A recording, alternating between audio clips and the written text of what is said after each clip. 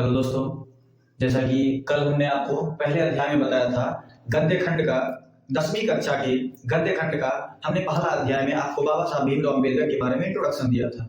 जैसा कि आप लोग देखे थे कि बाबा साहब भीमराव अम्बेडकर हमारे समाज के लिए कितना कुछ किए, कितना जितना किए हम सभी सोच भी नहीं सकते हैं, ना हम सोच सकते हैं और ना हम जन्मों जन्म तक उनके से उनका एहसान चुका सकते हैं। दोस्तों, हम ज्यादा समय आपका बर्बाद नहीं करेंगे क्योंकि एग्जाम सर पे है। अब हम आगे चलते हैं उसी गद्य खंड के क्लास 10वीं के गद्य खंड के पहले अध्याय में, जिनकी रचना बाबा साहब भीमराव अम्बेडकर ने किया था। उस चैप्टर का नाम था श्रम विभाजन और जाति प्रथा। जैसा कि हमने आपको कल बताया था कि बाबा साहब भीमराव अम्बेडकर, सबसे पहले मैंने आपको बताया था बाबा साहब भीमराव अम्बेडकर के जीवन के बारे में हमने कुछ बताया था। इनकी माता, सबसे पहले दोस्तों, इनका जन्म 14 अप्रैल 1891 को मध्य प्रदेश के महू नामक गांव में हुआ था। मध्य प्रदेश में बड़ौदा एक जगह है और उसके महू नामक गांव में इनका जन्म हुआ था। मेरे प्यारे बच्चों, इनकी माता का नाम था भीमाबाई। इनकी माता का नाम था भीमाबाई और इनके पिता सूबेदार थे। इनके पिता आर्मी सूबेदार थे और इनके पिताजी का नाम था रामजी सकपाल।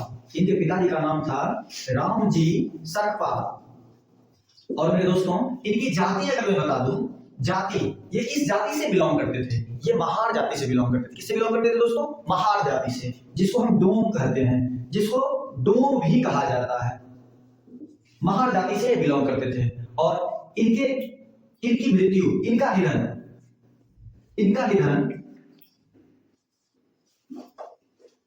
6 दिसंबर 1956 में दिल्ली में हो गया था। इनका निधन 6 दिसंबर 1956 को दिल्ली में हो गया था। मेरे प्यारे बच्चों, अब हम चलते हैं अपने चैप्टर की ओर।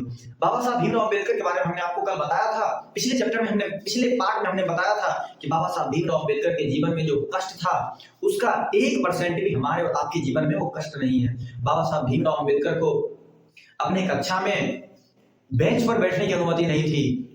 शिक्षक बोलते थे, अगर तुम बेंच पे बैठोगे तो बेंच अछूत हो जाएगा क्योंकि तुम नीच जाति से हो, दलित जाति से हो। मेरे प्यारे दोस्तों, ये उस समय समाज की दुर्दशा थी। आज धीरे धीरे इस चीज को बाबा साहब भीमराव अम्बेडकर ने हद तक खत्म कर दिया है और बाबा साहब भीमराव अम्बेडकर ने जो हमें दिया वो हम लोग सदियों तक एहसान नहीं चुका सकते हैं। तो हम चलते हैं। और हाँ, बाबा साहब भीमराव अम्बेडकर के जीवन के 3 प्रेरक व्यक्ति थे। बाबा साहब भीमराव अम्बेडकर के जीवन के 3 प्रेरक व्यक्ति थे। 3 प्रेरक व्यक्ति जिससे इनको प्रेरणा मिलती थी कि वो 3 व्यक्ति कौन थे? बुद्ध, कबीर और ज्योतिबा फूले।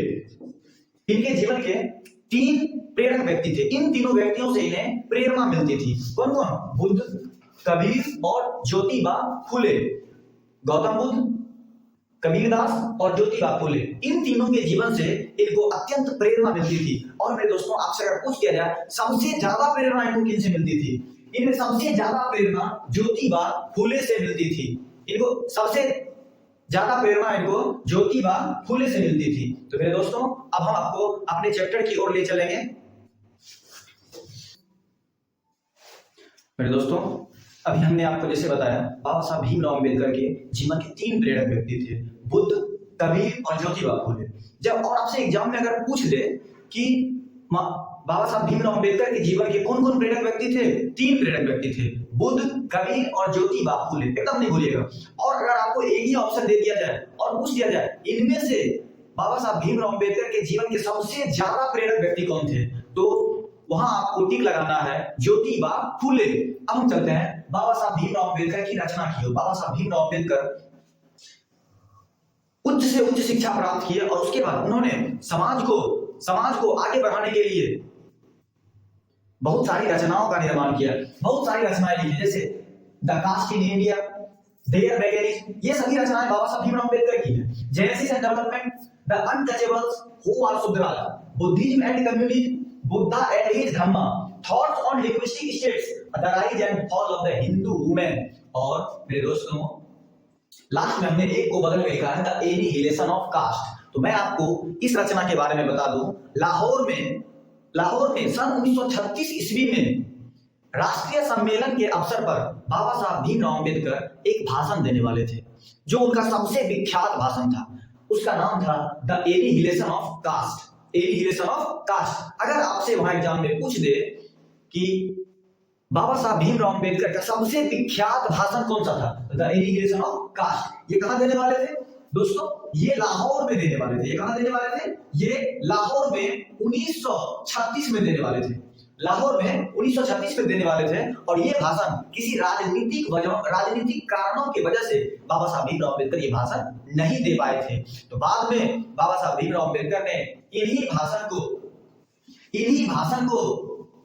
भाषण को अपनी एक विख्यात रचना के रूप में प्रकाशित कर दिया, जिसको the annihilation of caste. Baba Saheb Ambedkar ने अनेक रचनाएं लिखी, अनेक रचनाएं, जैसे the caste in India, their feminism, genesis and development, the untouchables, who are Shudras, Buddhism and communism. अगर प्यारे बच्चों अगर आपसे पूछ रहे बुद्धिज्म एंड कम्युनिज्म किनकी रचना है, तो आपको वहां टिक लगाना है बाबा साहब भीमराव अंबेडकर।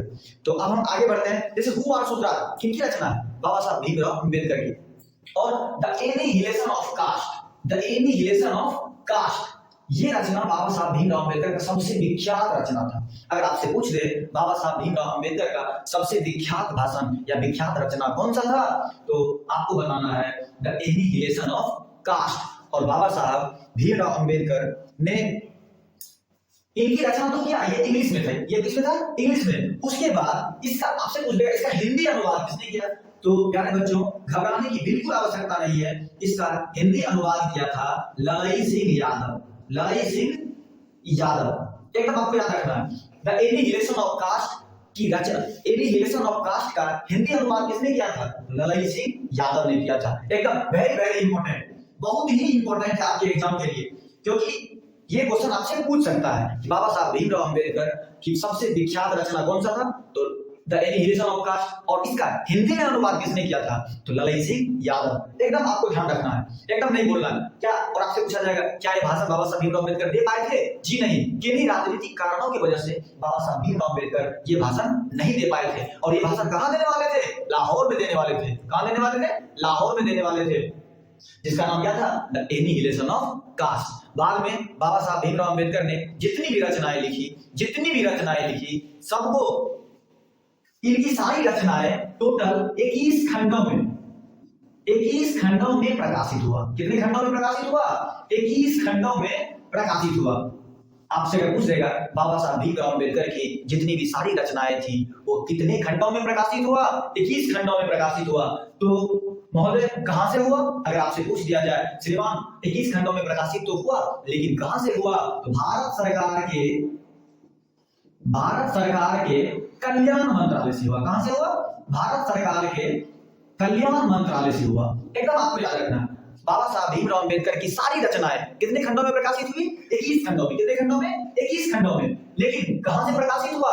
भारत सरकार के कल्याण मंत्रालय से हुआ। कहां से हुआ? भारत सरकार के कल्याण मंत्रालय से हुआ। तो मेरे प्यारे बच्चों ये सारी चीज आपके लिए इंपॉर्टेंट है। एकदम आपको बिल्कुल भी ज्यादा टेंशन लेने की आवश्यकता नहीं है। मैं जितनी चीजें बता रहा हूं और मैं आपसे वादा करता हूं एक भी क्वेश्चन आपसे ऑब्जेक्टिव नहीं छूटेगा। एक भी क्वेश्चन है, सिर्फ आप मेरी बातों को ध्यान से सुनेंगे। तो हम आगे बढ़ते हैं।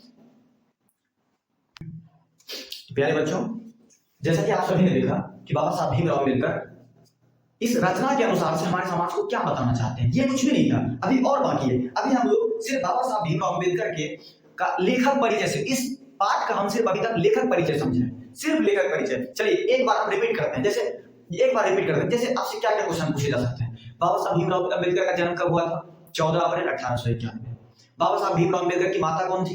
भीमाबाई। बाबा साहब भीमराव अंबेडकर के पिता कौन थे? रामजी सकपाल। वो क्या थे? सूबेदार थे, आर्मी जिसको कहा जाता है, वो सूबेदार थे। उनकी पत्नी कौन थी? रमाबाई। आपको हमने पिछले वीडियो में जैसा कि बताया है कि बाबा साहब भीमराव अंबेडकर जब अपनी प्राथमिक शिक्षा पूरी कर लिए तो अपनी उच्चतर शिक्षा के लिए वे कहां चले गए? अमेरिका चले गए। वो कहां चले गए थे? अमेरिका चले गए थे। और जब वो अमेरिका गए, अमेरिका जाने के लिए उनको 25 रुपए प्रति माह ₹25 प्रति माह के दर से कौन? बड़ौदा नरेश। कौन? बड़ौदा नरेश। बड़ौदा के राजा, नरेश मतलब राजा होता है, बड़ौदा के राजा थे। उन्होंने बाबा साहब भीमराव अम्बेडकर को ₹25 प्रति माह छात्रवृत्ति के रूप में देना शुरू किए। ₹25 की राशि, मात्र 25, और उस समय ₹25 बहुत ज्यादा था उनके लिए। और ये इसी पैसे से कहां चले गए? ये इसी पैसे से अपनी उच्चतर शिक्षा के लिए अमेरिका चले गए। कहां चले गए दोस्तों? अमेरिका चले गए। तो महोदय आपसे पूछ लेगा अमेरिका में किस शहर में गए? अमेरिका में महोदय ये न्यूयॉर्क गए थे। कहां गए थे? न्यूयॉर्क गए थे। उसके बाद अब आपसे एक और क्वेश्चन पूछ देगा कि अमेरिका में जब इनकी पढ़ाई पूरी हो गई तो ये क्या भारत आ गए? जी नहीं, ये कहां चले गए? ये इंग्लैंड चले गए। कहां चले गए? इंग्लैंड चले गए। वही इंग्लैंड जिन्होंने हमारे ऊपर राज किया था, वही ईस्ट इंडिया कंपनी जो हमें गुलाम बना के रखा था, इंग्लैंड। तो महोदय इंग्लैंड के किस शहर में गए थे? लंदन। कहां गए थे? लंदन। मात्र उस ₹25 में, ₹25 प्रति माह इनको मिलता था सिर्फ शिक्षा के लिए। इनके जीवन में बहुत सारा कष्ट है, इतना कष्ट कि जो कि सोचने वाला सोचना छोड़ दे और कष्ट झेलने वाला अपनी सांसें रोक ले। तो लेकिन फिर भी हमारे बाबा साहब भीमराव अम्बेडकर, और इनके बारे में कहा जाता है बाबा साहब भीमराव अम्बेडकर ने उस युग में इन्होंने 3 तबके के लोगों पे ज्यादा ध्यान दिया। मजदूर, महिला, इन्होंने 3, जैसे मजदूर, महिला और अति पिछड़ा। मजदूर, महिला और नीच व्यक्ति, मजदूर, महिला और शूद्र। दोस्तों हम आगे बढ़ते हैं। बाबा साहब ने 3 वर्ग के लोगों को मानवीय अधिकार दिलाने के लिए जाना। मजदूर, महिला और अछूत। मजदूर, महिला और अछूत, इनको मानवीय अधिकार दिलाने के लिए बाबा साहब ने अथक संघर्ष किया। क्या किया? अथक संघर्ष किया। बाबा साहब भीमराव अम्बेडकर ने, आपसे पूछा जाएगा बाबा साहब भीमराव अम्बेडकर शुरुआत में किन 3 लोगों के लिए लड़े थे? मजदूर, महिला और अछूत। मजदूर, महिला और अछूत। और प्यारे बच्चों मैं आपको बता दूं कि बाबा साहब भीमराव अम्बेडकर किसी एक खास जाति के लिए नेता नहीं बने, वो हर उस वर्ग के लोग के मसीहा हैं, हर उस वर्ग के लोग के मसीहा बने जो शोषित हैं, जो समाज के द्वारा शोषित किए जा रहे हैं। हर नीच, हर गरीब, हर मजदूर एवं हर वर्ग की महिलाओं के लिए क्या बने? मानव मुक्ति के पुरोधा कहा जाता है। मानव को मुक्ति दिलाने वाले यही बने थे। कौन? बाबा साहब भीमराव अम्बेडकर। और बाबा साहब भीमराव अम्बेडकर बताते हैं कि ये रचना बाबा साहब भीमराव अम्बेडकर की जो ये रचना है, ये बाबा साहब भीमराव अम्बेडकर बताते हैं कि यह रचना कौन सी रचना? श्रम विभाजन और जाति प्रथा। श्रम विभाजन और जाति प्रथा, ये जो रचना है बाबा साहब भीमराव अम्बेडकर की, ये भारतीय लोकतंत्र के सभी भावी नागरिकों के लिए अत्यंत शिक्षाप्रद है। ये रचनाएं सभी को जाननी चाहिए, सभी को पढ़नी चाहिए, क्योंकि मेरे प्यारे बच्चों, मेरे प्यारे दोस्तों, हम जब तक इस चीज को हम पढ़ेंगे नहीं, तब तक इस समाज की जो अच्छाई है, क्या होनी चाहिए, क्या अच्छाई होनी चाहिए, क्या गलत है, हर एक चीज को तब तक हम जान नहीं पाएंगे जब तक हम ये रचना नहीं समझेंगे। अब हम चलते हैं इस चैप्टर की ओर, श्रम विभाजन और जाति प्रथा। श्रम विभाजन और जाति प्रथा। अब चलते हैं मेरे दोस्तों, हम अभी तक जो आपने पढ़ा, अभी तक ये इस पाठ के जो लेखक थे बाबा साहब भीमराव अम्बेडकर, ये हम अभी लेखक परिचय पढ़ रहे थे दोस्तों, अभी हम चैप्टर नहीं पढ़े हैं। चलिए अब हम चलते हैं चैप्टर की ओर। चैप्टर का नाम है श्रम विभाजन और जाति प्रथा। क्या नाम है? श्रम विभाजन और जाति प्रथा।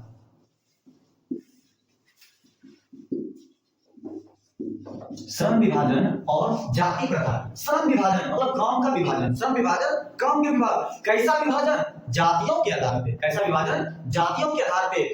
और मैं बता दूं श्रम विभाजन का मतलब है, जैसे उस समय जातियों के आधार पे श्रम विभाजन होता था। जैसे अगर आप नाई हैं तो आपका काम क्या है? बाल काटना। आपका काम है बाल काटना। अगर आप कुम्हार हैं तो आपका काम है क्या? मिट्टी का बर्तन बनाना। क्या बनाना दोस्तों? मिट्टी का बर्तन बनाना। मिट्टी का बर्तन बनाना। अगर आप पंडित हैं अर्थात ब्राह्मण हैं तो आपका काम क्या है? पूजा कराना। पूजा कराना। जो लकड़हारा है, जो लकड़हारा है उसका काम है लकड़ी काटना, लकड़ी काटना। अब मेरे दोस्तों, और जैसे नाई बाल काटेगा, कुम्हार मिट्टी का बर्तन बनाएगा, ब्राह्मण या पंडित को पूजा कराएगा, लकड़हारा क्या करेगा? लकड़ी काटेगा। लकड़हारा क्या करेगा? लकड़ी काटेगा। और अर्थात मेरे दोस्तों, हर एक काम को जातियों के आधार पर बांट दिया था।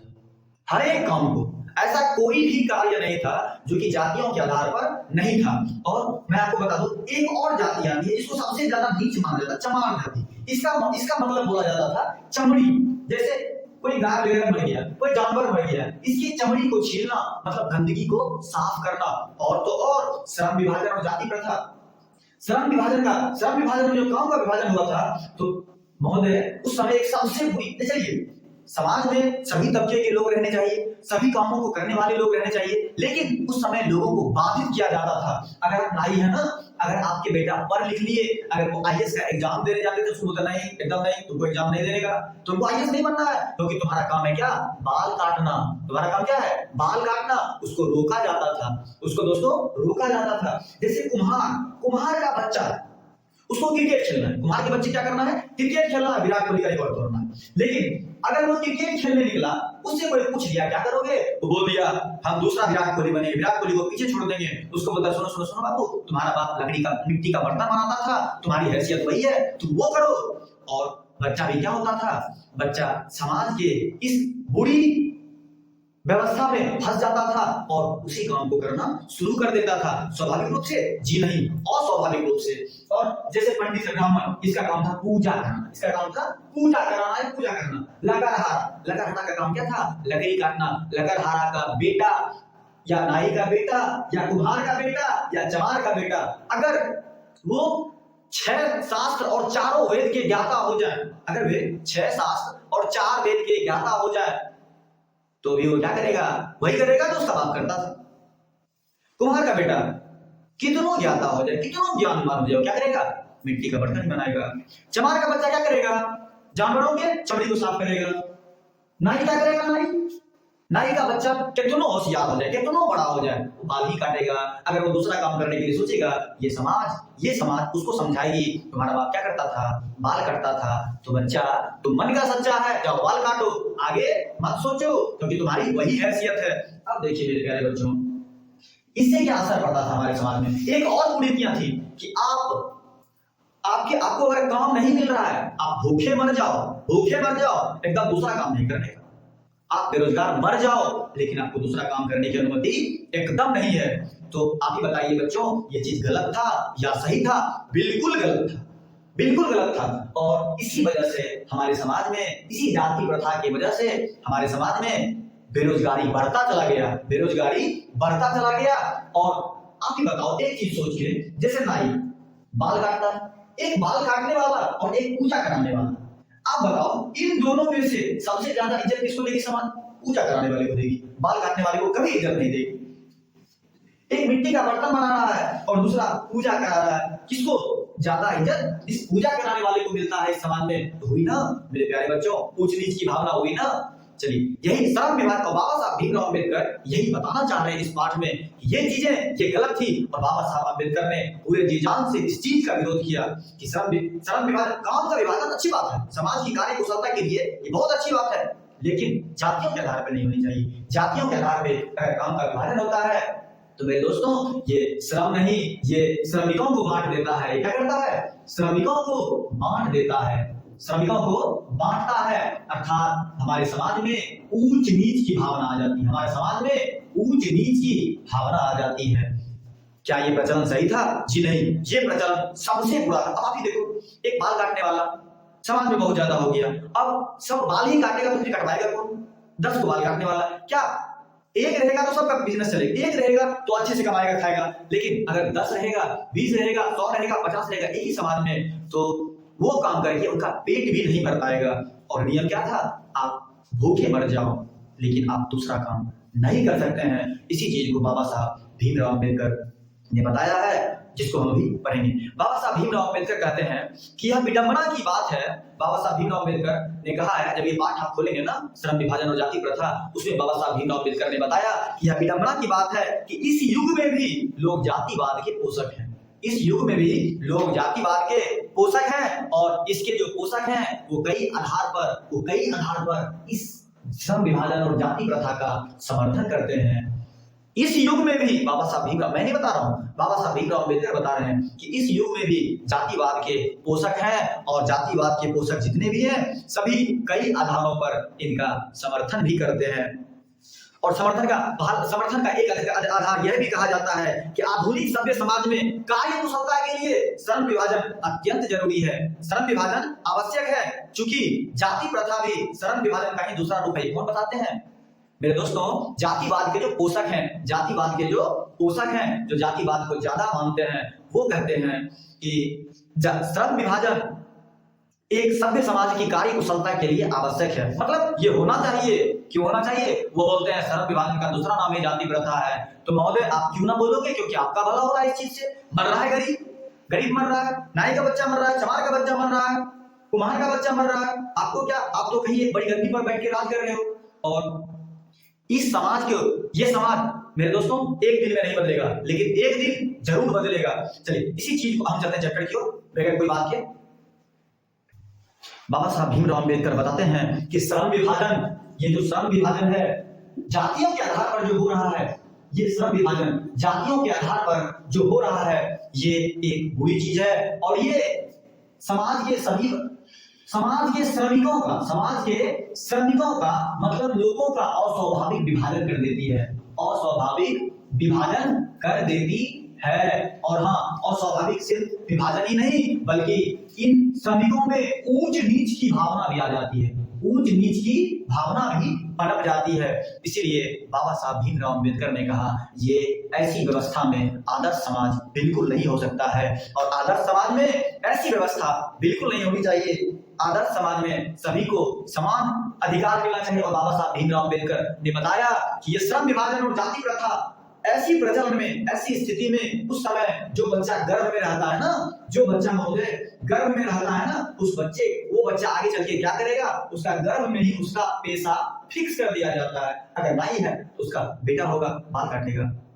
लकड़ आ रहा है, उसका बेटा होगा, वो क्या करेगा? लकड़ी काटेगा। कुम्हार है, उसका बेटा क्या होगा? चाक चलाएगा, मतलब मिट्टी का बर्तन बनाएगा। और क्या करेगा? कुछ नहीं। तो हुआ ना मेरे प्यारे बच्चों कि एक बच्चे का, एक आदमी का, कोई भी मनुष्य का पेशा क्या हो रहा है? उसके गर्भ में ही फिक्स हो रहा है। तो वह बच्चा आगे चल के क्या करेगा? और जो सबसे बुरी चीज थी, क्या भूखे मर जाओ, लेकिन आप दूसरा काम नहीं कर सकते हैं। और कहते हैं, बाबा साहब भीमराव अम्बेडकर बताते हैं, जाति प्रथा पेशे का दोषपूर्ण पूर्व निर्धारण नहीं करता, बल्कि मनुष्य को जीवन भर के लिए एक ही पेशे में बांध देता है। और बाबा साहब भीमराव अम्बेडकर बताते हैं कि जाति प्रथा और श्रम विभाजन जो है, ये सिर्फ दोषपूर्ण पूर्व निर्धारण ही नहीं करता है, बल्कि एक मनुष्य का पूरा जीवन एक ही पेशे में बांध देता है, एक ही पेशे में बांध देता है। मतलब तुम आजीवन जब तक जिंदा रहोगे तुम वही काम करोगे, जब तक जिंदा रहोगे। और दूसरी पंक्ति बताते हैं, भले ही पेशा अनुपयुक्त या अपर्याप्त होने के कारण भूखों मर जाए, जैसा आपको हमने पहले बताया कि आप भूखे मर जाइए, लेकिन आप दूसरा पेशा नहीं अपना सकते हैं, अर्थात आप दूसरा काम नहीं कर सकते हैं। और मेरे दोस्तों, आधुनिक युग भी बाबा साहब भीमराव अम्बेडकर बताते हैं, आधुनिक युग में यह स्थिति प्रायः आती है क्योंकि उद्योग धंधों की प्रक्रिया व तकनीकी पेशा में निरंतर विकास और कभी कभी अकस्मात परिवर्तन हो जाता है, जिसके कारण मनुष्य को अपना पेशा बदलने की स्वतंत्रता ना हो।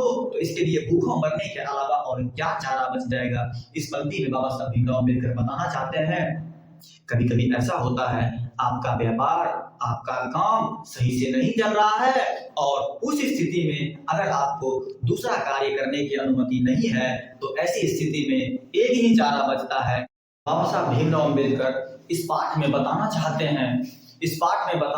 हैं ये चीजें गलत थी, ये जाति प्रथा बिल्कुल गलत थी, काम का विभाजन होना चाहिए। लेकिन बाबा साहब भीमराव अम्बेडकर बताते हैं कि काम का विभाजन बिल्कुल होना चाहिए, लेकिन काम चुनने की अनुमति स्वयं स्वयं अपनी स्वतंत्रता होनी चाहिए सभी नागरिकों को कि वो कार्य कुशल समाज तभी हो सकता है जब कोई भी व्यक्ति अपने मर्जी से अपना काम का चयन करे। अब किसी को बाल काटने में मन ही नहीं लगता, किसी को जिसको लकड़ी काटने में मन ही नहीं लगता, उसको अगर जबरदस्ती कटवाया जाएगा तो वो कुछ नहीं कर पाएगा, इस समाज का विकास नहीं हो पाएगा। बाबा साहब भीमराव अंबेडकर ने जाति प्रथा के बारे में बताया कि जाति प्रथा के वजह से ही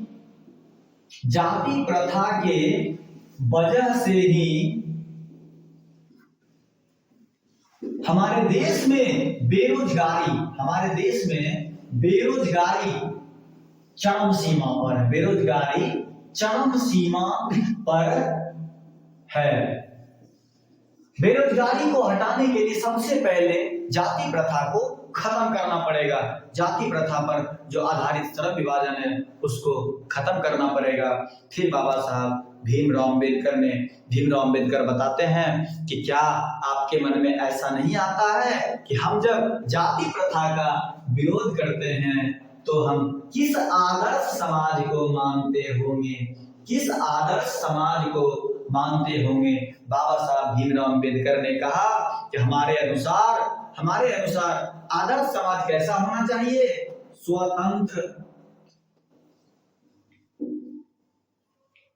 स्वतंत्रता, समता और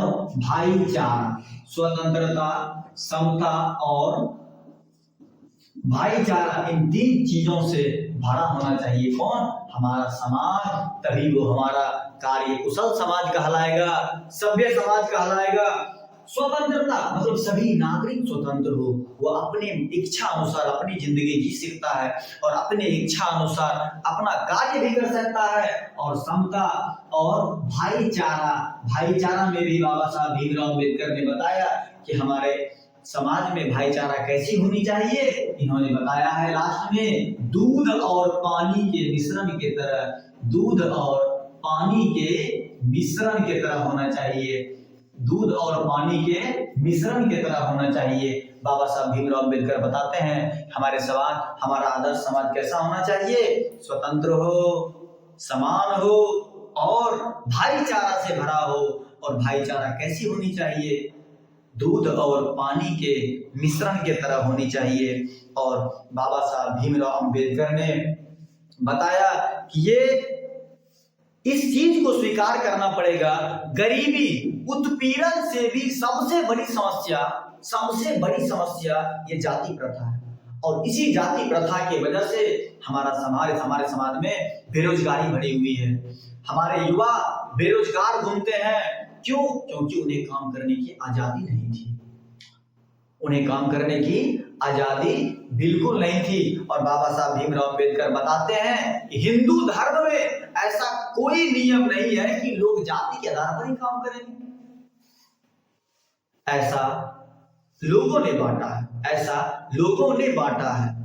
और मेरे दोस्तों, मैं आपको बता दूं, ये बड़े बड़े महापुरुष भी बताते हैं, कोई धर्म और कोई जाति लेकर इस जमीन पर कोई पैदा नहीं हुआ है।